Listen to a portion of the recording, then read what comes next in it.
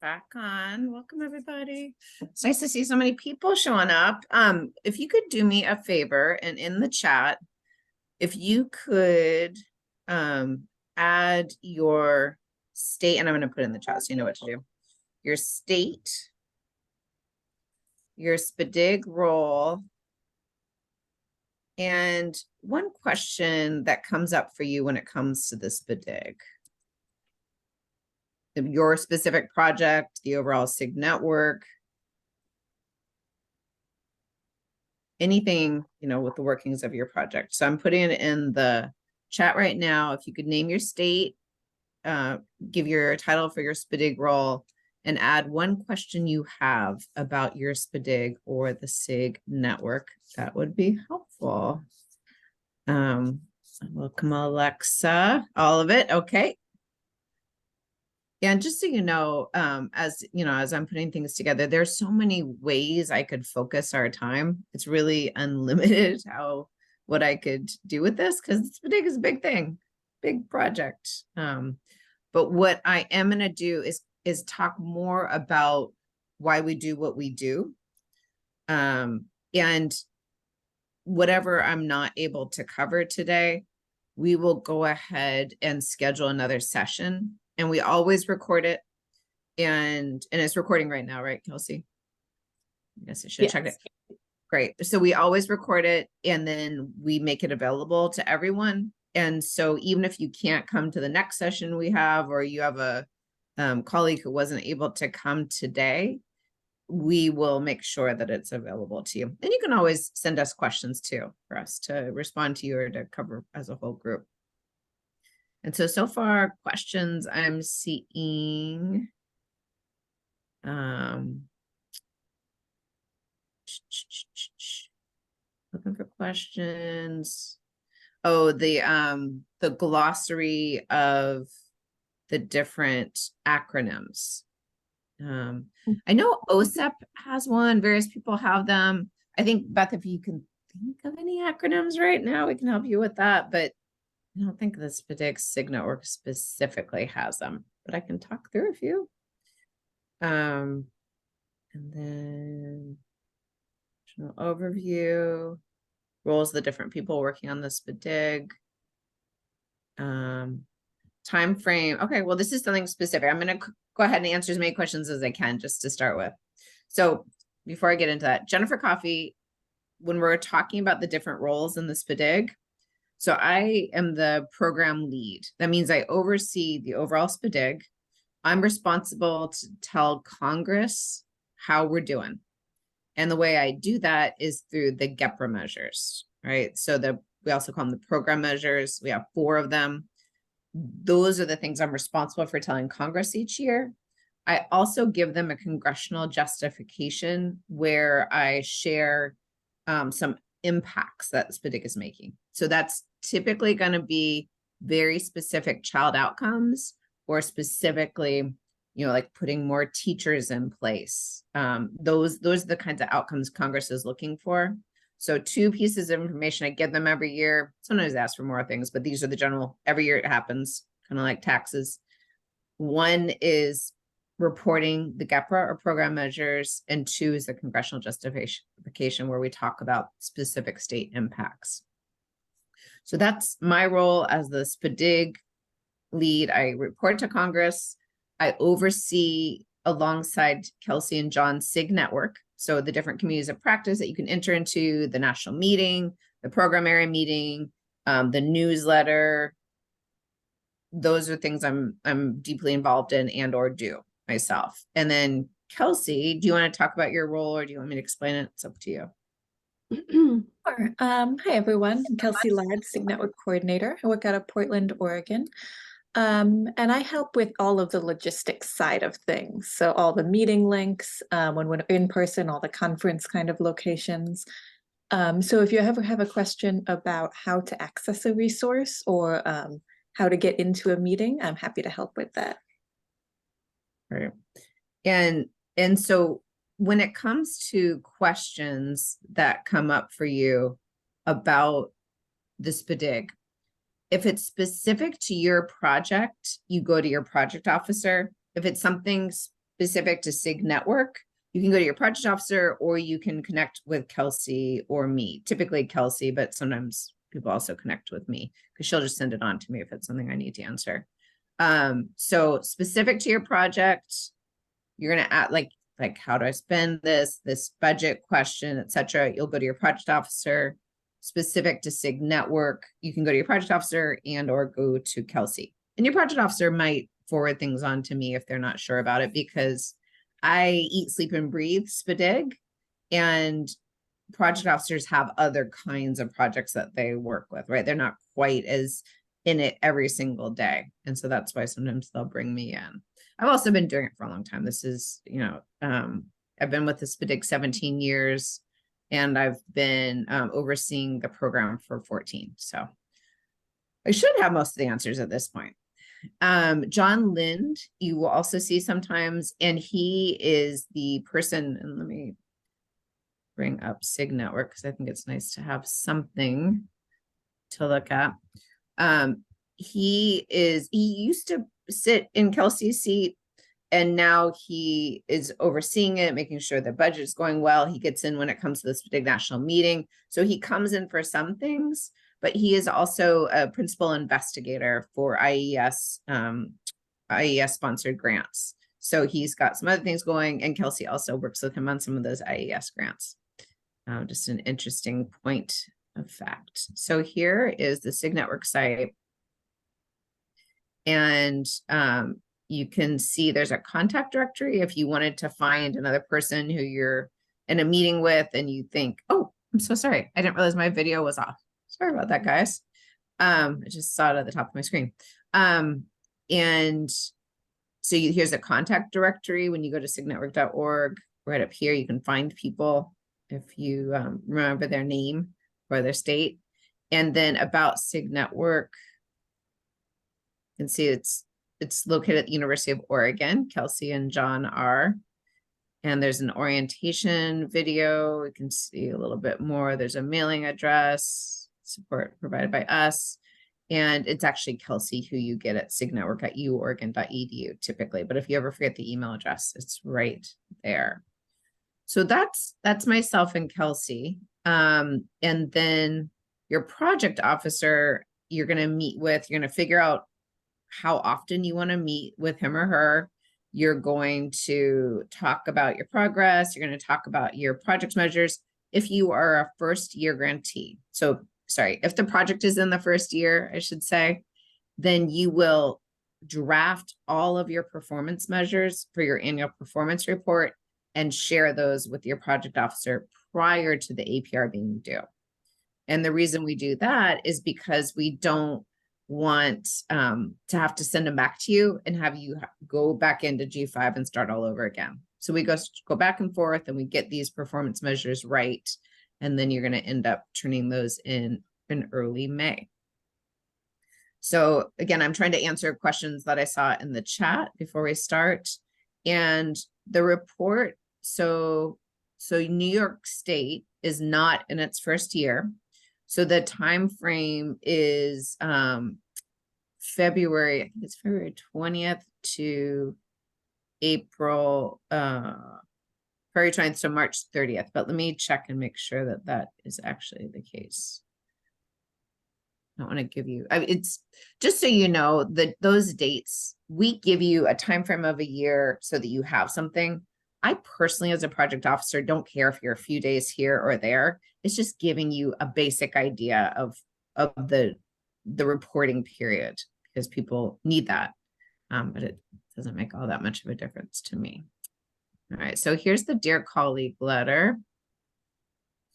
I'm going to show that to you. That's the thing that you get via email from Larry Wexler. This is his last time sending one out because he is retiring. And it provides you with what you need. Just making sure you all can, it's large enough for you to see, and then I'll share it. But it provides you all those directions. And if you haven't received it, Kelsey, is it up on the, yeah, I'm not able to enlarge it. Is it up on our SIG network site yet? I don't think we've published it yet. I can send a link to follow up though. So we have that. All right, so this is the Dear Colleague letter. And you can see the APR is due May 3rd. And it is due by 4:30 Eastern on May 3rd. Just a heads up, because some people think it's not due till midnight. And it will, the G5 system will close and not let you upload after that. So something to note. It is not as serious as if you're doing a grant application. With a grant application, the system closes and then you can never, ever again upload it. It's done. It doesn't get reviewed. The APR, your project officer will figure something out with you. It's not great. We want you to be on time, but just, I don't want anyone to be in a weird place and be too stressed out. But as much as possible, get that in early so you don't have to have things go wrong, since they seem to happen at the last minute. We have a link to the 524B form. And if you're not super familiar with that form, this is something that the entire Department of Education uses. I think there are a few offices that are starting to use other forms, but it's been used for years and years. So this link takes you to all the forms, but if you go down to here, grant performance report, this is the cover sheet and the summary. This is the project status. And then these are the instructions. So you just want to live in this little area, part 1, 2, and 3. And so I'm going to go ahead and does anyone want me to actually open this and look at it with you? I'm going to do an informational webinar on this topic. Is it in a week, Kelsey, that we're doing that? January 26th, right? Anyways, well, Kelsey's gonna 24th. Okay, sorry. So you'll be getting an invitation to attend that if you haven't already. And so I'm going to be going in more depth, but does anyone want me to take a look at it right now? Just because it would be nice to have a little context. You can either raise your hand, put a thumbs up, put something in the chat, or use your mic.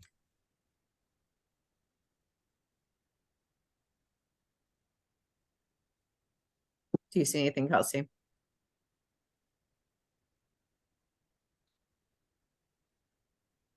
Yes, please. Okay, great. Thank you. So we can do it the quick way. Here is the Word version. So you can see that we've got the Word PDF. Obviously, if you're filling things in, it's easier to use the Word version. I'm never on your side of things. So if Cheryl can correct me if I'm getting something wrong.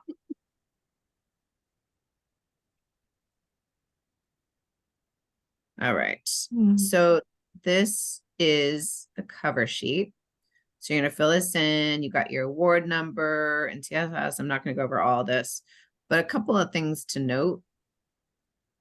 So the reporting period is here, and we had previously had that very good question. If you go back to the Dear Colleague letter, it will give you the reporting period, and you see it's from March 1st, 2023 through February 29th, 2024. So you got that. If you are in year 1, you do not have a previous budget period, right? Any other year you do. And so you can look at your last cover sheet and get that number from there. You are supposed to be working with your business office. They call it a business office here. Federal office, grants office, different states call it different things, but your money people, the certifying rep is going to have to sign off on it. Your money people need to work with you to make sure that you've got everything at the same level or the same amount of spending. And then you have your current budget period here. If in your application you said you were going to have in-kind funds going toward it, then you'd report on it here. If you did not say that in your application, you don't need to mention non-federal funds. You don't need to worry about this entire project period because you are not in your final report yet. You do need to provide the indirect cost if you're claiming it. You'd say yes, the percentage, the government office you have that agreement with, and when it expires or when the agreement is for. And then the directions talk about that number 11 is an NA.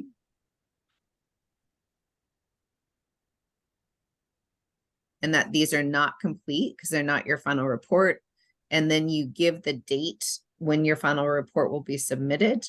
And that is 90 days after the final day of your performance period.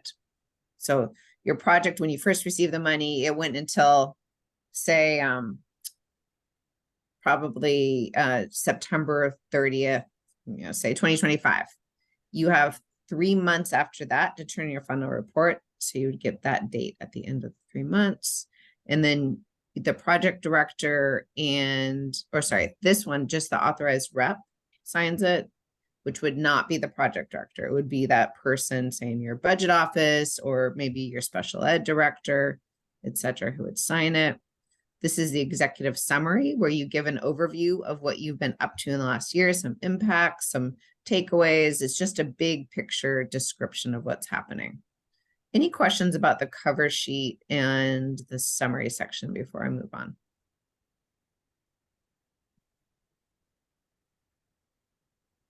Okay. Any questions? Sorry, I thought I heard someone.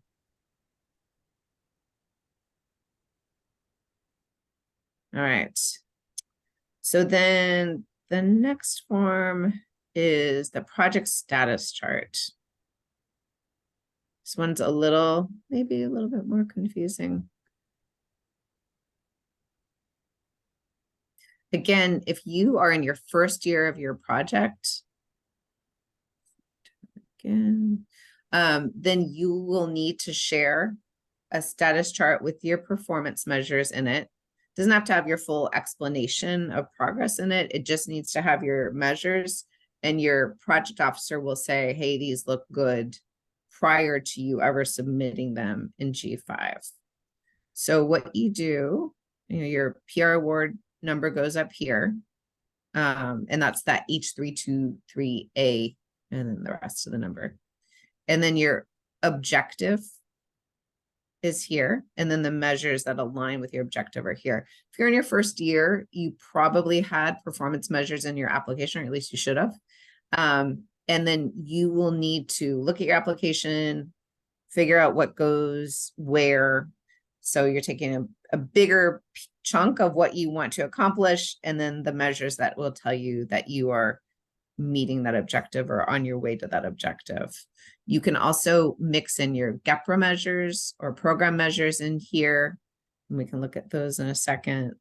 And so you have, just like if you were creating an IEP, you want the measure that has the full description of, and I wasn't thinking about presenting this before, so I don't have it in my head, the exact names I want to use, but it needs to be something that talks about how you, let's just get an exemplar. It's going to be more helpful to me at this point.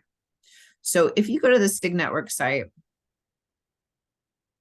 and you go to the top,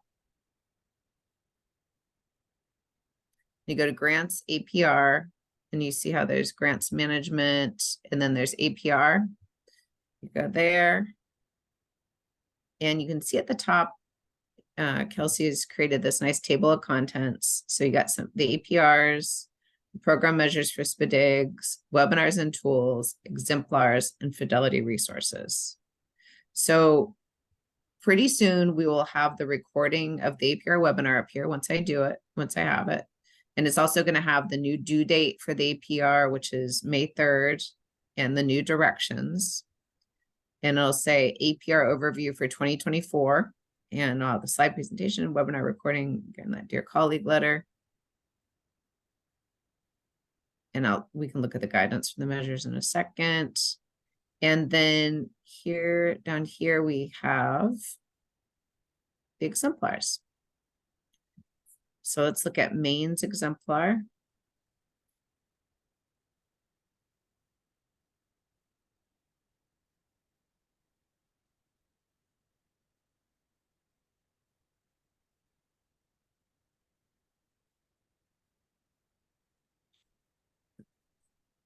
Yeah.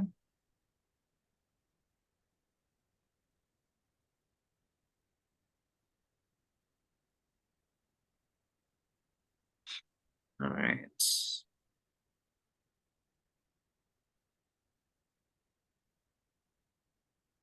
Sorry, it's loading. but there's also an Idaho exemplar there. There's a final report exemplar, but keeping in mind the final report has so far been from older grants, of course, because they have to have at least their 5 years before they have the final report. And our program measures have changed a little bit over time. So that's just something to think about. All right, so let's try to get to the status chart.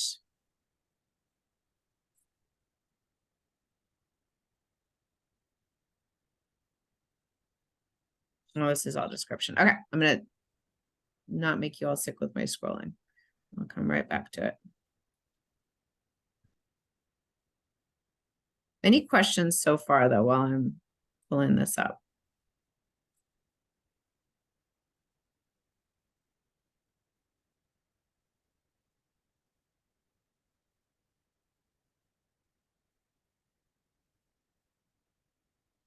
And if I have an APR up here, it means that they have said it's okay for other folks to look at it, of course. Because your APRs are not publicly available. So I will reach out to you if I think we can use yours as an exemplar and say, hey, would you mind? So here's their executive summary. You are interested in taking a look at that later. It talks about their goals, how they're doing toward them. They have 2 different initiatives that they support, PBIS and Math for Maine. Okay, and here is the status chart. Project objective. So the way that things work, you have a section that doesn't have your explanation of progress and a section that does. And so that's why you can't see their project objective up here. It's confusing. It's the G5 system. But what I wanted to zero in on was their measures. So you can see how this says program measure. And then it has a description up here. So it says after the 2nd year of funding, 50% of Math for Maine professional development components will score a 3 or 4 in the 3rd year of funding. 70% of professional development components will score a 3 or 4 in the 4th and 5th year of funding, 80% in the, okay. So this is program measure 1 about evidence-based professional development.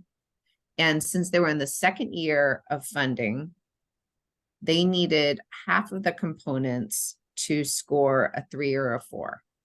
There's a worksheet that's available in your, let's see, there's a worksheet available in SIG Network on that APR page I was showing you before.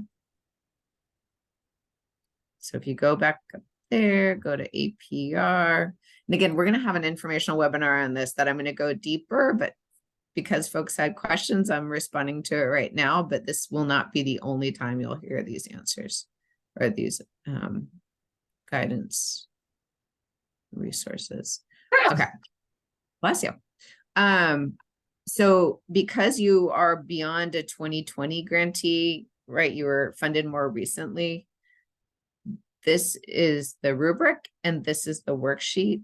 You'll respond to this worksheet. And I'll show you the rubric in just a second.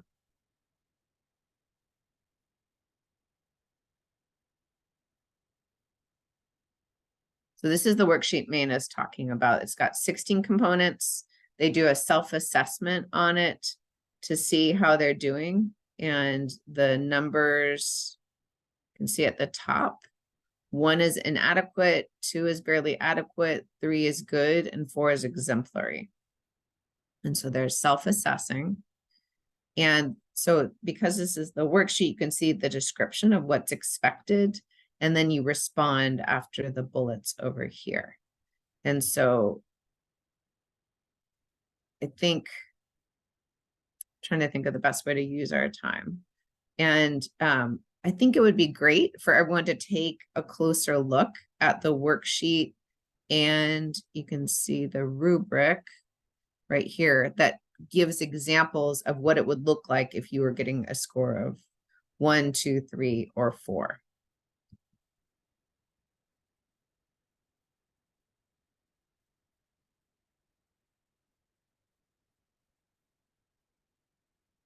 So you can see same thing that you saw on the worksheet in terms of the required elements, but then it says, okay, this is what a 4 might look like. This is the level of detail a rating of 4 would have, a rating of 3, a rating of 2, and a rating of 1. So looking at the rubric closely, looking at the example or exemplar APRs is a good idea to get yourself a sense of the kind of description that might be helpful. These are just examples, it's not going to be exactly like that because you're doing something specific. But I think it is helpful for people to have that. So if we go back to the main APR, so that's program measure 1 about evidence-based professional development. And then they have another program measure 1 because they have 2 initiatives. So that was for Math for Maine, and this is for their PBIS, the program measure. And again, because they're in the second year, they should have half of the components scoring a 3 or a 4. So that those good, really good ratings. And then they have their actual data here.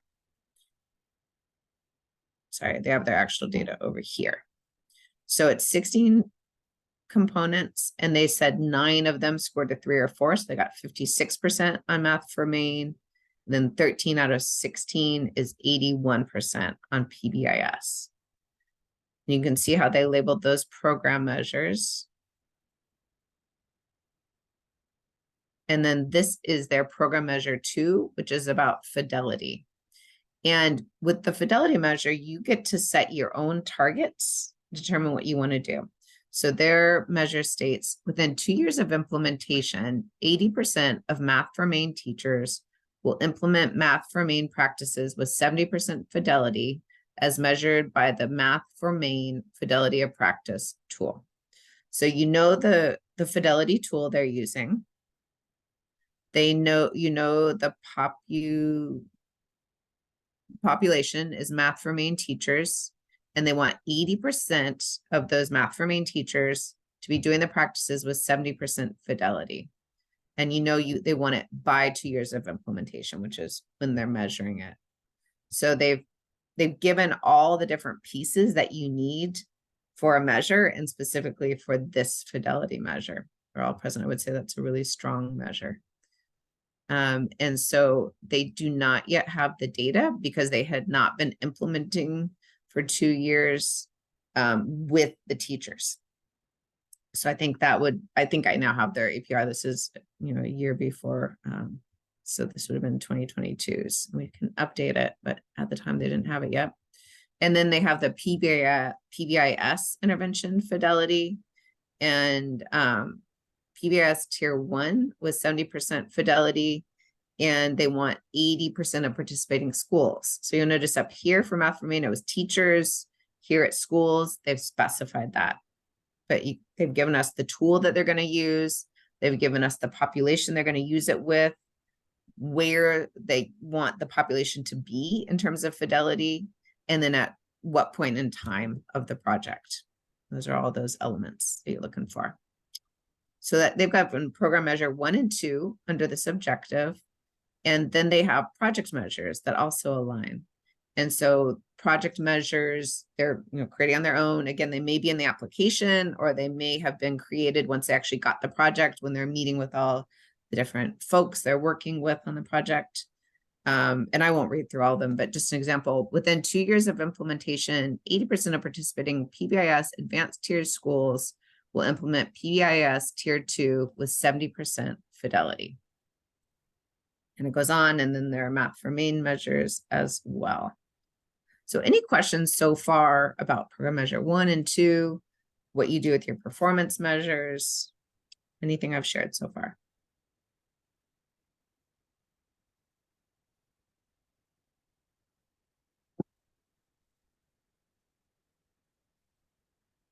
All right, so then we get into program measure 3.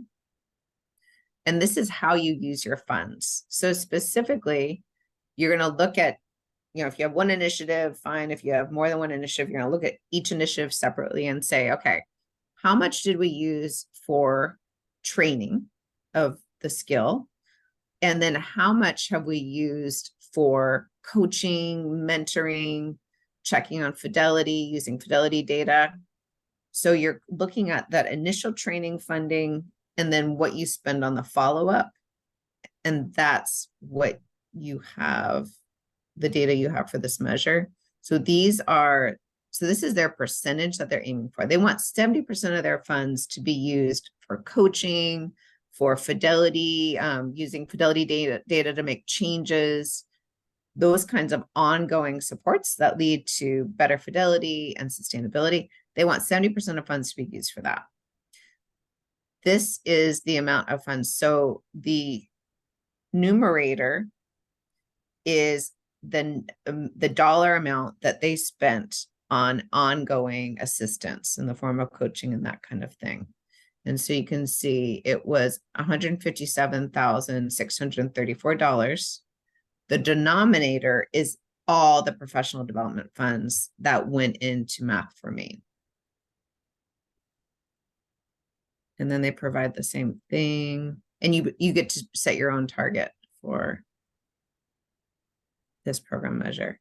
You can see 70% was also their target. And you set that target by thinking about, where am I going to be in year 2?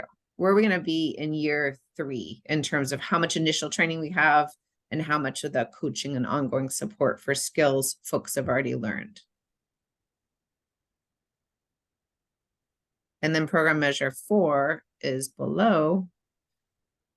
And this is about their statewide assessment, the NWEA map.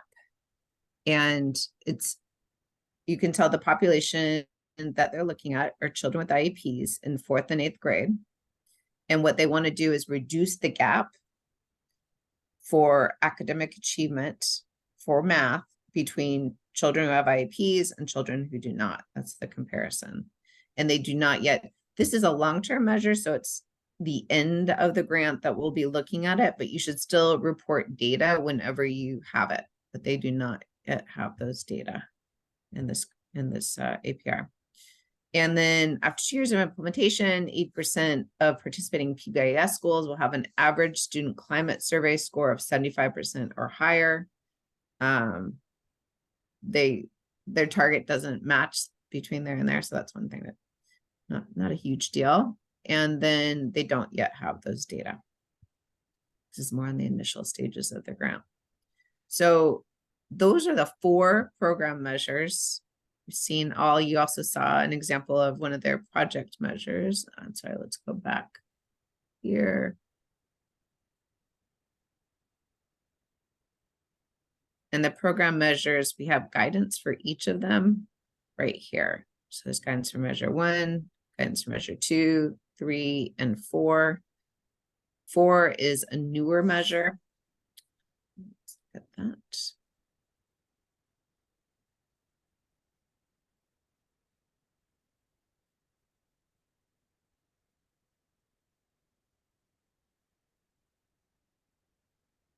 Right.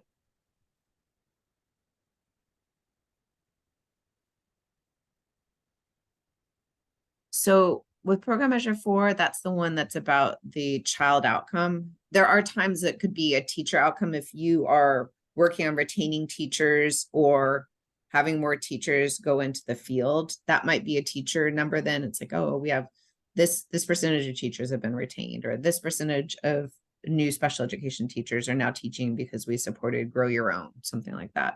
But typically it's a child outcome. And so you can see why we have the measure in place, what we're looking for, how you set the target. In this case, you set it yourself. And then how do you enter it into that status chart for your APR in the 524B form? And then some explanation of progress descriptions. And that's that section. Show you again the status chart. You can see this explanation of progress section. There are all in the instructions, there are specific questions that you answer about the data that you provided. So go ahead and look at those questions. And here are questions right here. So this 524B form, which we've been looking at, that's the directions for the cover sheet, the executive summary, pretty easy. Got the links to the program measures page that we just looked at, the worksheet that we just looked at. And then here are the measures we've been talking about. Evidence-based professional development, which is that filling out the worksheet. improving implementation. So you're looking at fidelity of the intervention, sustaining SPDG supported practices. This is the funds that you use for the initial training versus that coaching afterward. And then program measure for child outcomes, what we're looking at now. I'm not going to get into the budget yet, but in the instructions for explanation of progress, let's go ahead and just look that up to be faster.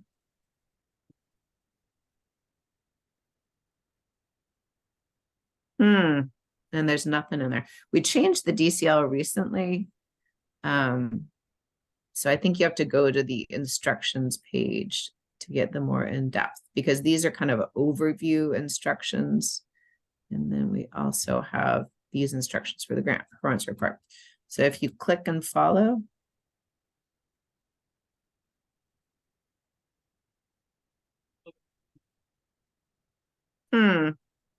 I might be finding an issue right now with you. Oh, no, let's get that. All right. Well, Kelsey, will you remind me that we got to figure that out? Absolutely, yeah. Thank you.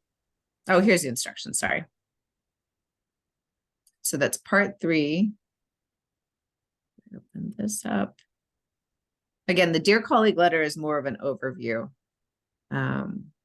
And then these are the in-depth instructions that have, line by line kind of thing of how to answer it. And so that's going to give you the specific questions of explanation of progress.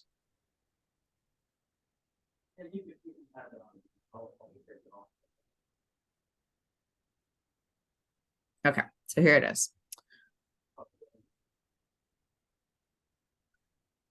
All right, so you got to indicate what data, quantitative, qualitative, were collected, when they were collected, the evaluation methods that were used, and how the data were analyzed. If there are any deviations from what you said you were going to do in your application, then you've got to describe how you did it differently, and then who's conducting the evaluation. Most of the SPDGs have an external evaluator. We highly recommend an external evaluator. They are your very important friends and will make your project better. So, that's something to talk about with your evaluator, how you're going to do this. Based on your data, provide a description of preliminary findings or outcomes.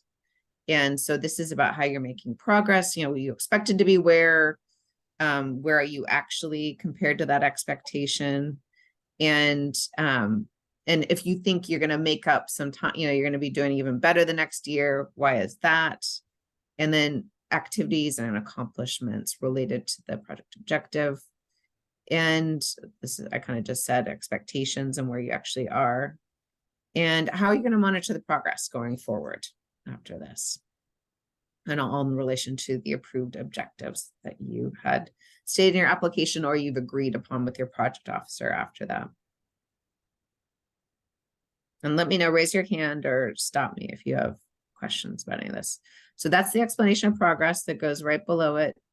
You're describing these data and you're just giving us, the project officer isn't with you on a day-to-day basis. So you're just giving them a sense of like, here's how we collected it. Here's what we're seeing. Here are the trends we're seeing. We were kind of expecting this, but this is what happened. And here's how we're going to keep on working toward the objective going forward. I talked about the measure type being program or project. You can also put GEPRA for program. I'm okay with either one. The kinds of things that need to be in your measure, the population, the kind of measure you're looking, or the kind of tool or measure you're looking at to assess how they're doing, where you expect them to be, what your target was for them, by which time. And then you have your target over here, and then the actual performance data here. If you don't have actual performance data, you can put 999 in there until you have it. So any questions about what I've shared so far about your APRs and your program measures?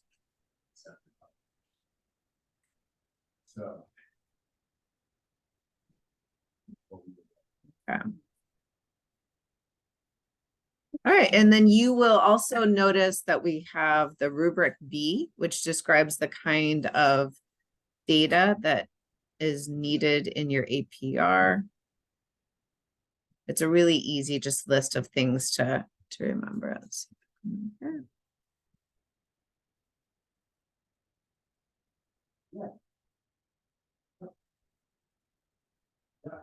Okay, so rubric B is what's the initiative? What year is it in? Do you have your evidence-based professional development worksheet done? You should have everything filled in, all the components. What percentage received a 3 or 4, which of course you're going to put into your status chart. Program measure 2, improving implementation. Does it have a fidelity measure that you're sharing like Maine had? Do you have a target? Did you talk about the percentage that actually met the target? Did you meet the target you set out? And then this is the thing I didn't talk about before.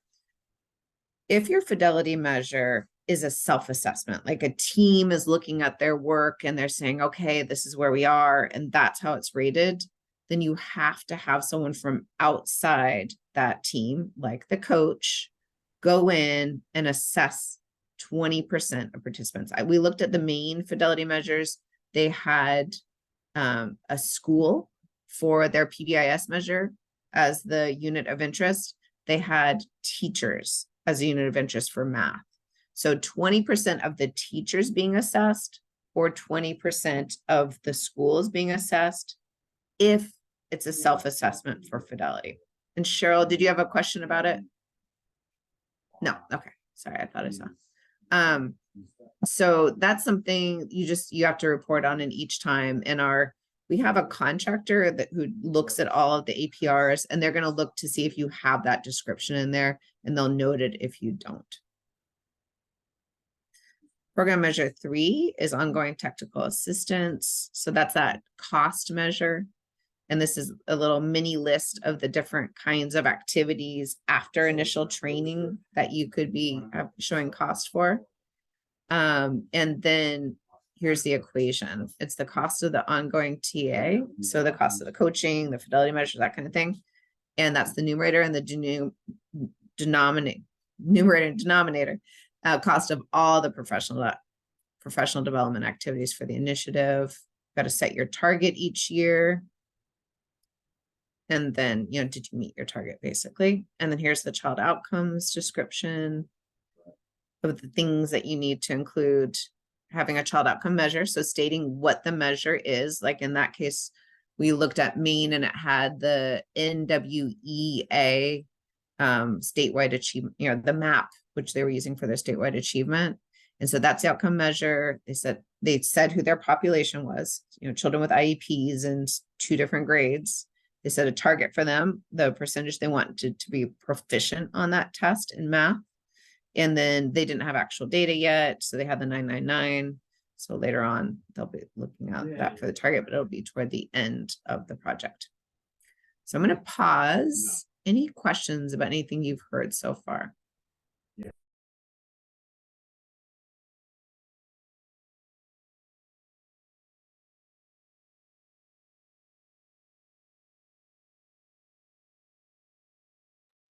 Okay, so you've got rubric B right there.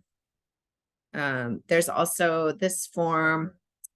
Depends on if it's helpful for you. None of the rubric B, you don't have to fill out. This form you don't have to fill out. It's just to help you make sure that you've remembered to include everything in your APR that you need. Just kind of some directions. We use it on our side. So rubric B is used by the contractor who looks at your APRs. And so we're just sharing the data with you for that. I'll let you look at that for 1 second.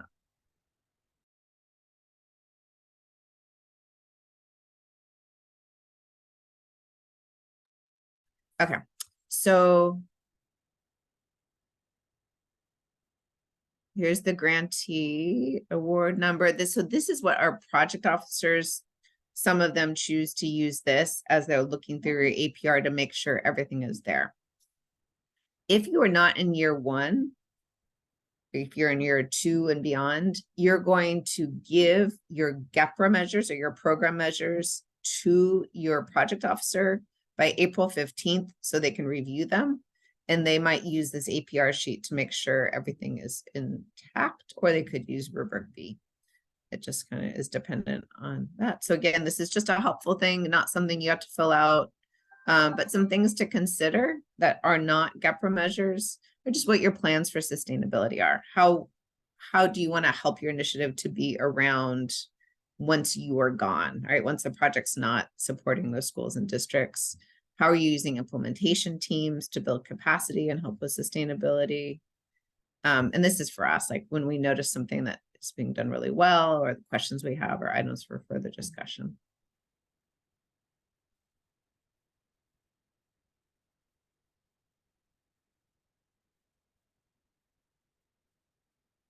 All right, so I think, are we ready to move on from the APR for the final 15 minutes?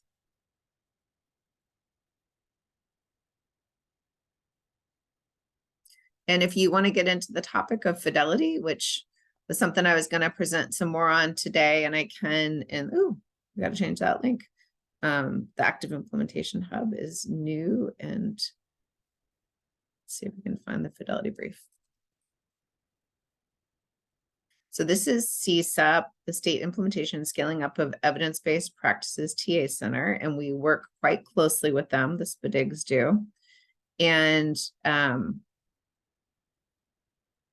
let's see, they have a lot of things about fidelity, developing a fidelity assessment. So anyways, they have a fidelity brief in here somewhere. We'll have to reconnect with it. But they're just a great resource, and everything they have is free, and it really helps a lot. If you're thinking about sustainability, you're thinking about capacity building, etc. And those evidence-based professional development components, quite a few of them are built on the implementation drivers from CSAP.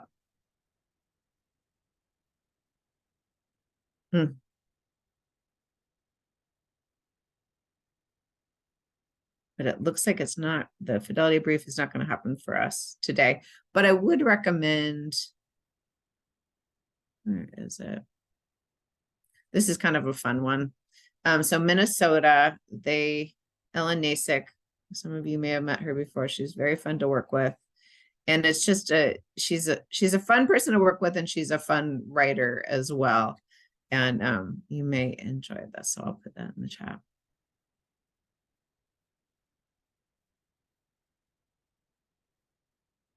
And I guarantee you, you'll enjoy it and you'll remember it.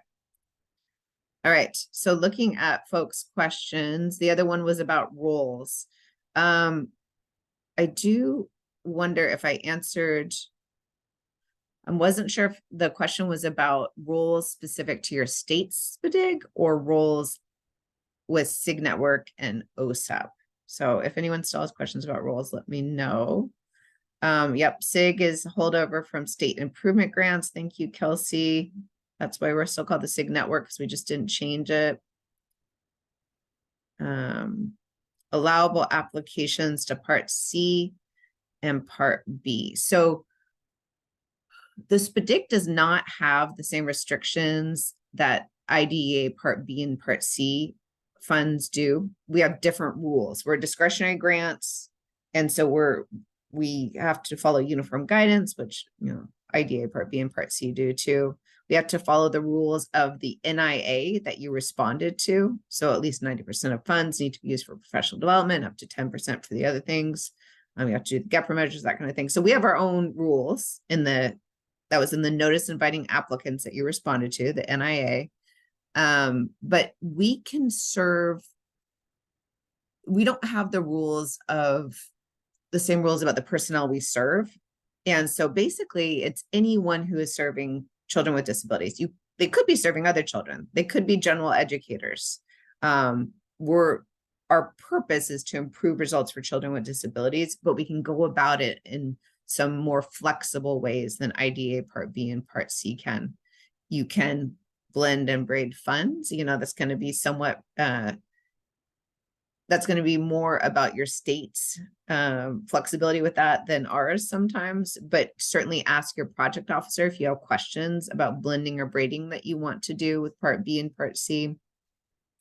The SPDG itself is birth through secondary transition. So certainly Part C and 619, you can use it for those purposes. It could be a Part C, Part and 619. It could fully be focused on that. You don't even need to support kindergarten through 12th grade, although most grants do. So Meredith, let me know if there are other questions that you have. Okay, I'm just looking for other questions.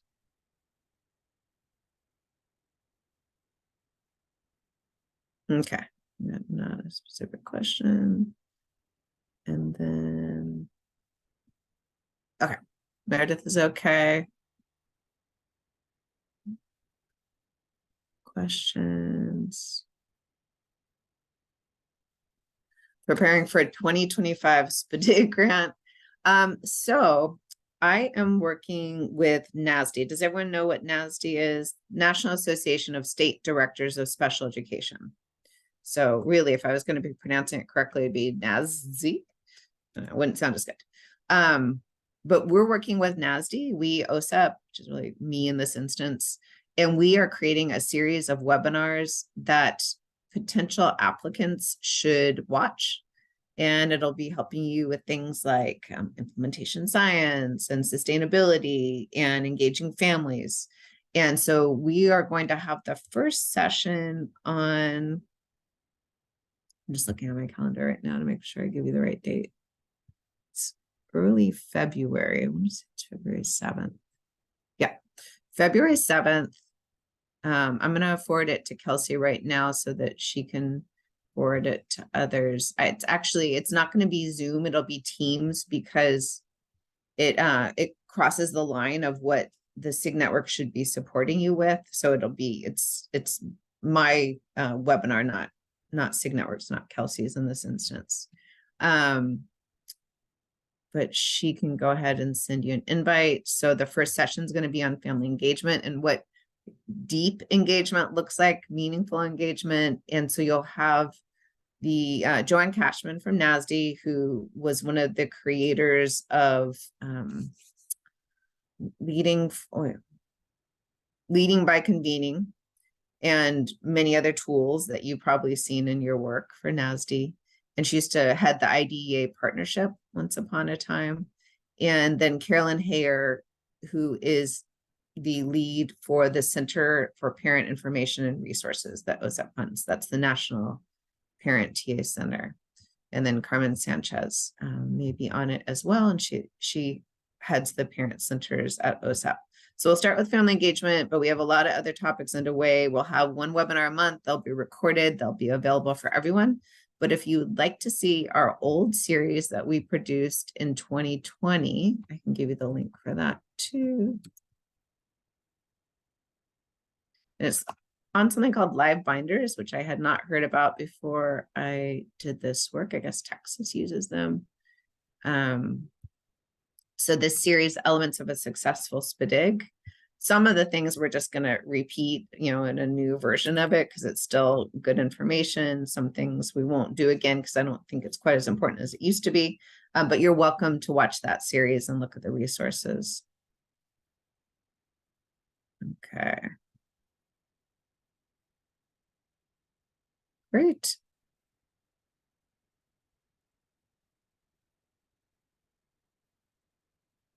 Thank you, Tom. It's really helpful. And Tom's been around actually for maybe longer than I have with the SIG network. So I appreciate the supports. Yeah, so the 2025 SPDG grant, some of the big ideas, if you're going to apply at that point, some of the big ideas are talking with your potential partners now, right? Like you have to partner with a PTI or CPRC, which is Parent Training and Information Center or a Community Parent Resource Center, both OSEP funded parent centers that would be in your state. Not every state has CPRC. So you'd start partnering now and talk about what you could do together as partners. What strengths do they bring and how could you build on those strengths? You would talk with one or more universities who you need to partner with. You have to partner with at least one university in your grant. You would talk with at least one district because you have to partner with at least one district for your grant. You would talk with other offices within the state and see how you could leverage their work, or they could leverage your work, or you could work together in some way. You would start talking with potential evaluators who might help you with your application. That can look different ways for different states. So those are all things, having the conversations, looking at the data in your state and seeing what your needs are, and things that you might be able to do to meet those needs. And then starting to say, you know, like, what in 5 years, what would look different in our state, and how can you paint that picture for reviewers? So those are my tips and tricks.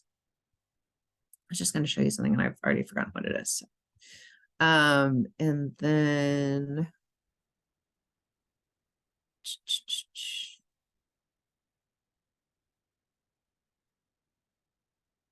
different components and timelines. Okay, so sometimes it's confusing with the SIP for the timelines because I know they're different, and I apologize for that. And I do have a slide with the APR timelines that I'm going to be sharing on the APR informational webinar. And so let's look at that. See if I can find it really quickly.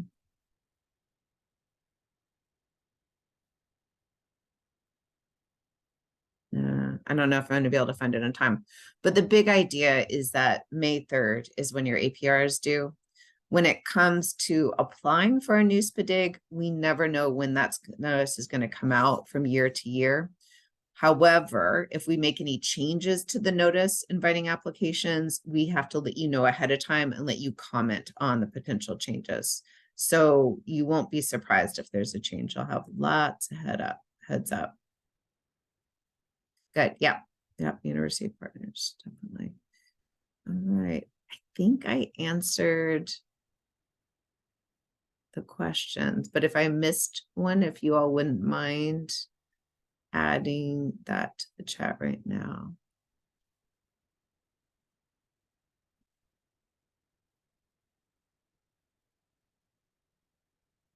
Okay, yeah, it looks like I covered the previous ones. If we're in an active grant, may we be included? Yeah, so you can definitely, even if you're in an active grant, you can attend any of the webinars that SIG Network or that OSEP puts on. You're always welcome to. I can't think of something you'd be excluded from. We want to make sure that folks have the information they need to be really effective in their grant. I will have another new personnel meeting soon so that we can cover a few more things. I have a whole slide deck that I didn't go through because I just answered questions, which hopefully was helpful for everyone.